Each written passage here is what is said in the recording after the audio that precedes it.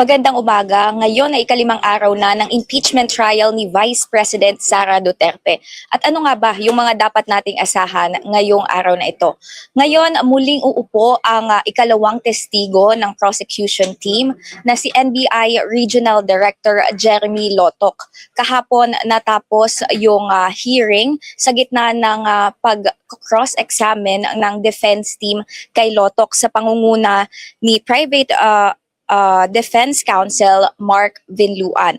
Ngayong araw, inaasahan muling itutuloy yan at maaari ring magkaroon ng direct examination at ang prosecution team sa pangunguna ni Private Prosecutor Amando Ligutan.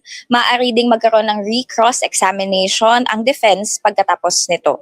Ngayong araw, pagkatapos ni Lotok, inaasahan ding uupo ang Chief of Staff ni Duterte o yung Office of the Vice President Undersecretary na si Zulaika Lopez bilang ikatlong testigo ng prosecution team.